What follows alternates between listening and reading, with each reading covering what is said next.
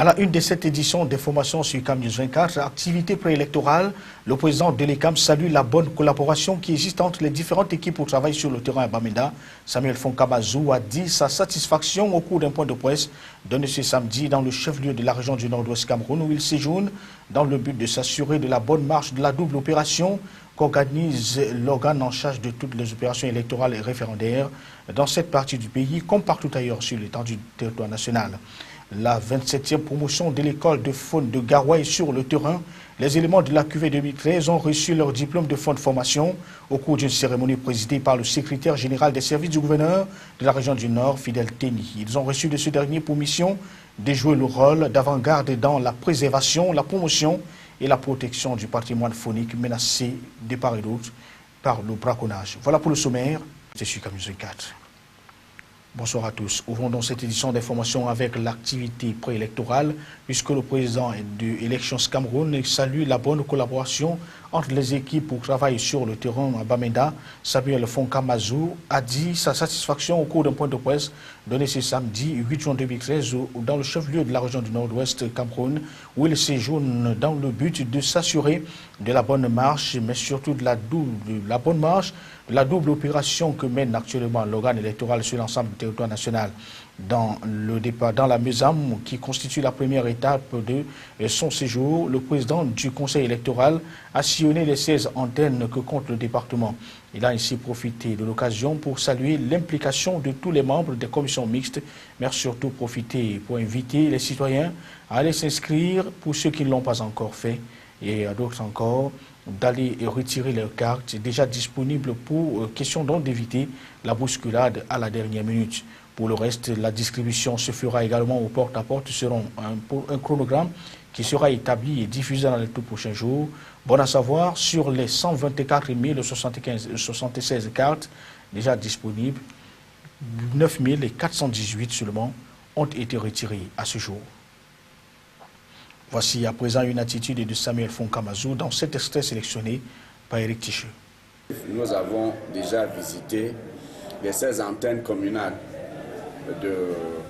d'Elections Cameroun dans le département de la Maison.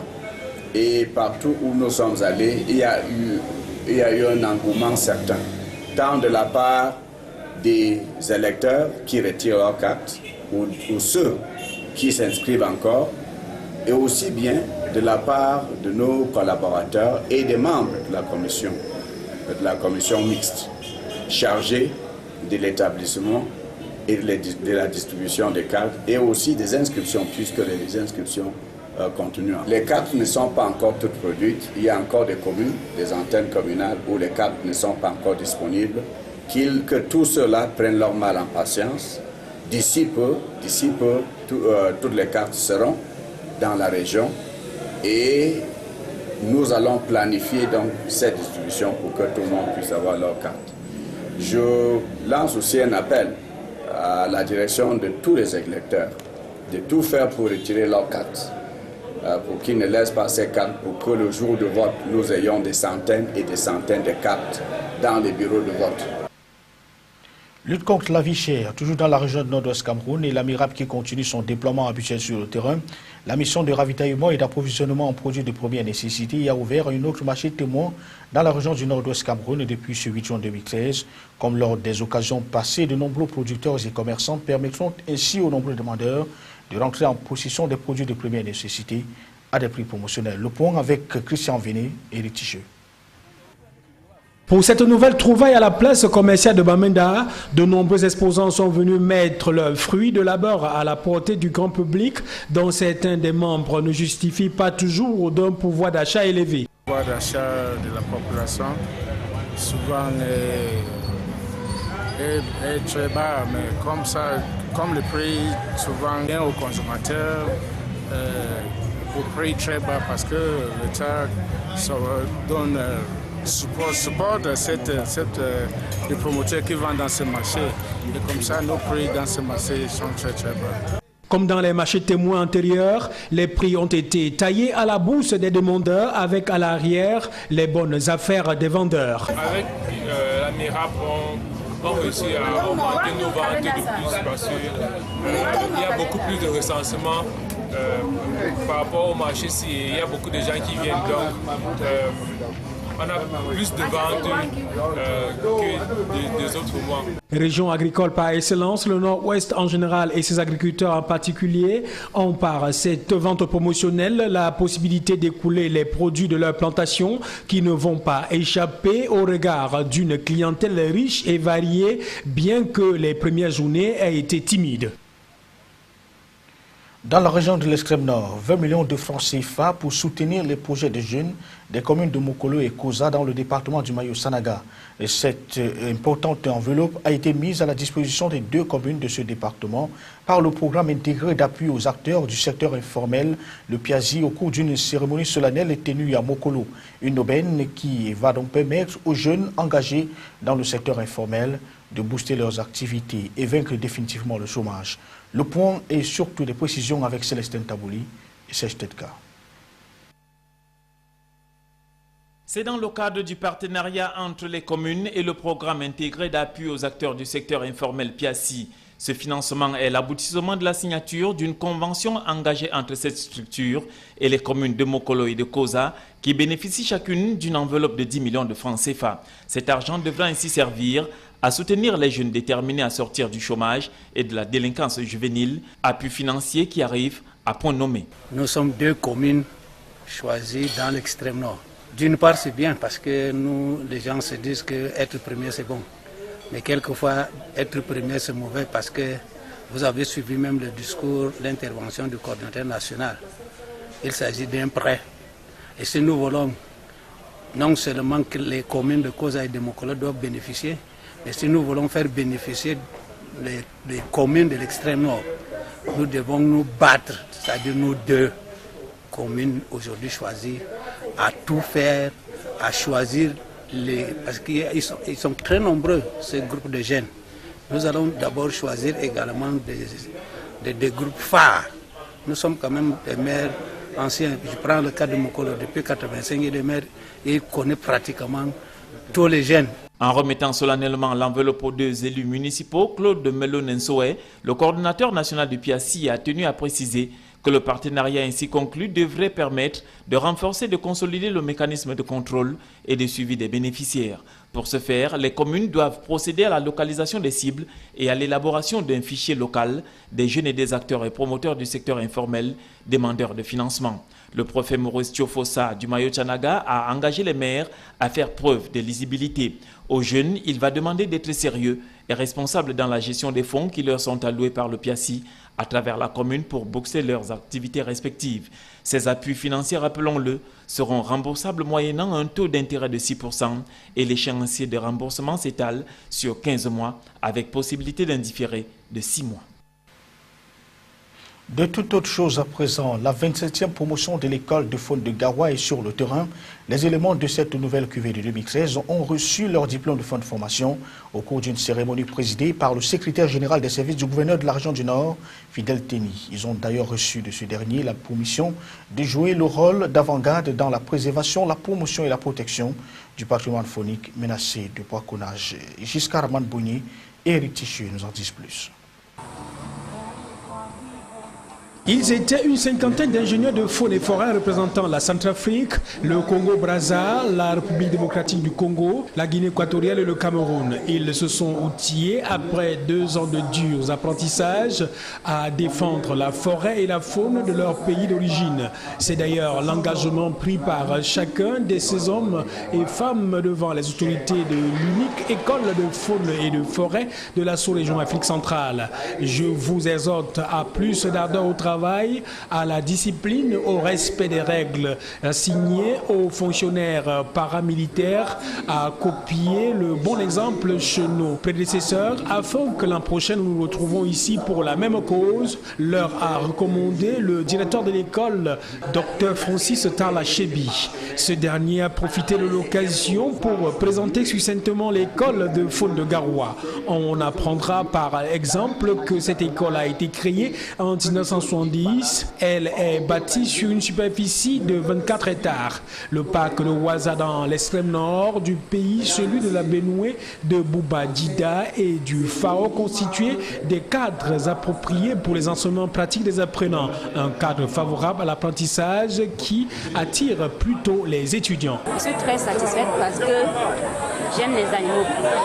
La conservation de la biodiversité, c'est la conservation de la nature, de l'écosystème et tout ce que nous y trouvons pour pérenniser les espèces animales et la protection afin de protéger les animaux intégralement protégés qui sont en voie de disparition en Afrique et partout ailleurs. Le représentant du gouverneur du Nord, Fidèle Teigné, prenant la parole, a recommandé à son tour de jouer le rôle d'avant-garde dans la prévention, la promotion et la protection du patrimoine faunique menacé par le braconnage. Il a également suggéré que les connaissances dispensées aux étudiants soient adaptées au contexte qui prévalent dans notre sous-région. Fin d'année scolaire et l'école franco-arabe Dounia Andal qui récompense l'excellence. La cérémonie de remise des prix aux meilleurs élèves s'est déroulée dans l'enceinte de cet établissement en présence de la fondatrice du complexe scolaire Les Hirondelles de Garoua, Yvonne Barco, et bien entendu des parents venus nombreux apprécier les performances réalisées par leur progéniture à l'issue des 9 mois d'apprentissage. On fait le point avec Amadou Bello et Serge Tetka. La cérémonie de récompense aux meilleurs élèves, devenue une tradition au sein des établissements primaires et secondaires de la ville de Garoua, a donné lieu à une grande fête ici à l'école franco-arabe Dounia Andal du complexe scolaire Les Hirondelles. La communauté éducative a eu droit à une célébration grandeur nature de la fête de l'excellence scolaire, initiative de l'association des parents d'élèves de cet établissement confessionnel. Pour marquer leur appartenance à cet ordre d'enseignement, les élèves ont entonné l'hymne national en langue arabe, au terme duquel ils ont arraché des salves d'applaudissements. Des poèmes déclamés en français et arabe, rivalisant d'adresse, ont tenu en haleine la bonne brochette de familles éducatives présentes. À tour de rôle, chacun des 5 meilleurs élèves a reçu des mains du président de l'APE, Abdul Karim, un kit constitué de 5 kg de riz et de quelques manuels scolaires. En tout, 80 prix distribués équitablement entre les 2 sections arabophones et francophones pour une enveloppe estimée à 800 000 francs CFA. Un geste symbolique qui vise à exhorter les parents à accomplir leur devoir de solidarité, à savoir la cotisation de la modique somme de 500 francs consentis et co-signés dans leurs statuts et règlements intérieurs. Vu la participation des parents, vu la participation des autorités politiques, religieuses et administratives et traditionnelles, je suis vraiment un directeur fier. Bon à savoir, l'année scolaire qui s'achève a enregistré un taux de réussite de 93% à l'école franco-arabe Dounia Andal, ce qui revient à dire que 379 élèves sur 412 sont admis en classe supérieure. Commandement territorial, Ngaoundéré 3 accueille son nouveau sous-préfet. Madame Zeynapa, épouse Amadou Boukar, a pris ses fonctions en remplacement de Kouété Simondo, promu préfet du département du Mayo-Danaï. C'est en tout cas la place des fêtes de Malan dans le département de la Vina qui a servi de cadre à l'événement considéré comme historique pour la jeune unité administrative créée en 2007 seulement. Les détails avec Joseph Moifo et Eric Ticheux. Ce 7 juin 2013 est un moment spécial et historique pour la jeune unité administrative créée en 2007. Avec plus de 60 000 âmes installées sur une superficie de 725 km² et sa composante sociologique variée et diversifiée, l'arrondissement de Ngaoundéré 3e qui a vécu la cérémonie de passation de commandement entre les sous-préfets entrants, Zeynapa épouse Amadou Boukar et sortant Kouété Simondo, promu préfet dans le Mayo-Danaï, fait face à de nombreux problèmes que le nouveau sous-préfet aura à résoudre. Il s'agit de l'insécurité, le désordre humain, le phénomène de mariage précoce et bien d'autres. En présidant la cérémonie de passation de commandement, Justin Vondre, préfet de l'Anvina, a recommandé aux sous-préfets entrants une attention soutenue et une vigilance particulière. Le maintien de l'ordre doit demeurer la priorité des priorités et doit rester la préoccupation de toutes les les instances. Le jeune sous-préfet doit faire preuve d'un sens aigu d'imagination et d'anticipation. Trop de recommandations à Zenapa épouse Hamadou Boukar qui devra compter sur le soutien des forces vives de cet arrondissement qui est à 80% estudiantine avec la présence de l'université de Ngaoundéré qui compte plus de 20 000 étudiants. Deuxième chef de terre de Ngaoundéré, troisième, Zenapa Amadou est né le 9 avril 1979 à Ngaoundéré. Après sa brillante carrière académique sanctionnée par une licence, elle entre à l'ENAM. 2 ans après, elle sort avec un diplôme d'administrateur civil. En 2011, commence sa carrière. Son premier poste l'amène à occuper les fonctions de chef de division du développement rural dans les services du gouverneur de la région du centre à Yaoundé. Par décret du chef de l'État, signé le 22 avril 2013, elle est nommée comme sous-préfet de l'arrondissement de Ngaoundéré 3e dans le département de l'Anvina, région de l'Adamawa. Zenapa Amadou est mariée et mère de famille. La cérémonie de son installation a été rehaussée par la présence de l'élite intérieure et extérieure du département pour lui témoigner son soutien. La cérémonie s'est achevée par la signature des documents et la remise des clés. Dans la région du Sud, on parle de la coordination administrative avec le préfet du département de la Villa qui mobilise les forces vives de son territoire de commandement pour une action en synergie en faveur du développement, de la sécurité et de la paix sociale. Victor Marcel Ngangué a ainsi incité ses collaborateurs et ses administrés à cet objectif au cours de la réunion de coordination administrative et du maintien de l'ordre et qu'il a présidé dans ses services il y a quelques jours. Au-delà donc des objectifs de développement, cette rencontre a permis au sous-préfet nouvellement installé de s'intégrer dans le staff de commandement du département de l'Anvina. Reportage, Louis de Gonzanga, à Kanjbanda, Albert Tipichaga pour le récit. Le département de l'Anvila se porte globalement bien. C'est le constat que viennent de faire Victor Marcel Ngangué et son état-major au sorti du conciliabule qui vient de les réunir à Ebolova. Une rencontre qui a permis aux 8 sous-préfets, dont 5 viennent de prendre le service au sein de cette circonscription administrative, et aux forces du maintien de l'ordre d'échanger les points de vue sur les questions de souveraineté et de développement, mais également de se connaître mutuellement. Il m'a semblé important, 2 mois après cette arrivée-là, de les réunir ici ce matin, en compagnie de tous les responsables des forces de maintien de l'ordre départementaux, pour prendre le pouls de l'actualité départementale, pour faire le point, pour évaluer le chemin parcouru jusque-là, mais également en profiter pour donner quelques orientations qui devraient pouvoir permettre aux uns et aux autres, n'est-ce pas, dans un souci didactique, de mieux encadrer les populations et de rendre plus visible l'action de l'État. D'ailleurs, la présence de la chaufferie traditionnelle à ce forum justifie cette vision de la collaboration que le patron de l'Anvila perçoit comme un élément déterminant de l'efficacité et du rendement. D'une manière générale, évaluer, orienter et réorienter, faire ce qui doit être fait dans les meilleures conditions, et ceci à la faveur, n'est-ce pas, ceci dans le souci de satisfaire, n'est-ce pas, les besoins de la population. Tel est d'une manière générale le sens que nous donnons à la réunion ce matin. S'agissant des objectifs de coordination des services, l'optique aura été à la recherche de plus d'efficacité au moment où le tout premier budget programme est en train d'être mis en œuvre et à l'heure où les voix s'élèvent sur le taux d'exécution relativement bas du budget d'investissement public dans la région du Sud.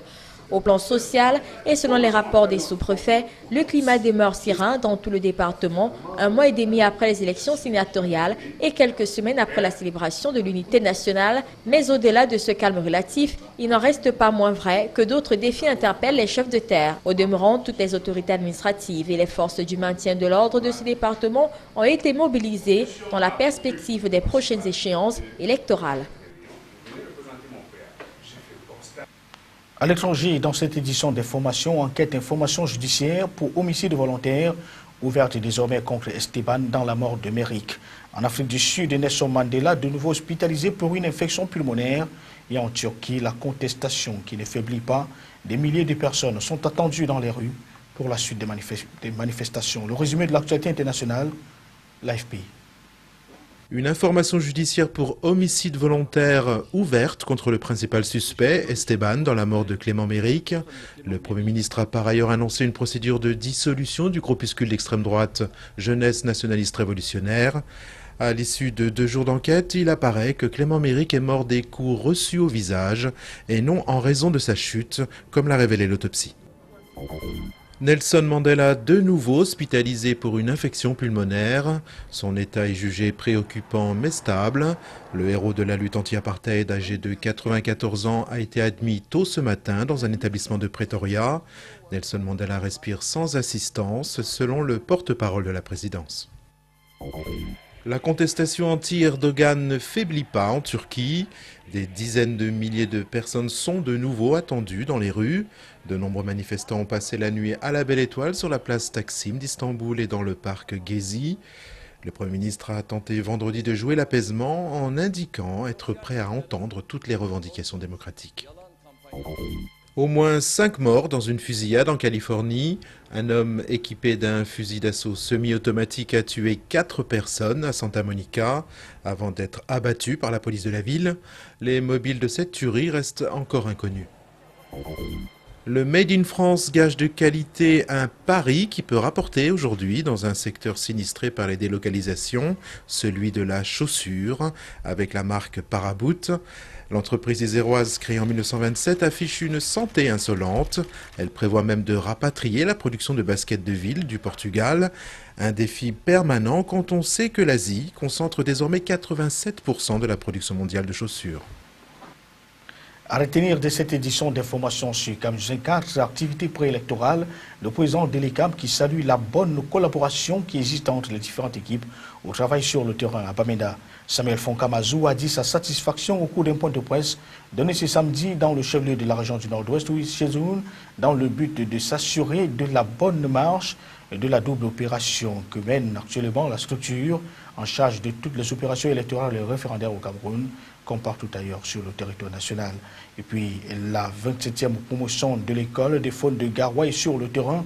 Les éléments de la QV 2013 ont reçu leur diplôme de fin de formation au cours d'une cérémonie présidée par le secrétaire général des services du gouverneur de la région du Nord, Fidèle Ténier. Ils ont reçu de ce dernier pour mission de jouer le rôle d'avant-garde dans la préservation, la promotion et la protection du patrimoine phonique menacé par le braconnage. Mesdames, Messieurs, c'était l'information. Elle est en continu sur CAM 24. Bonsoir.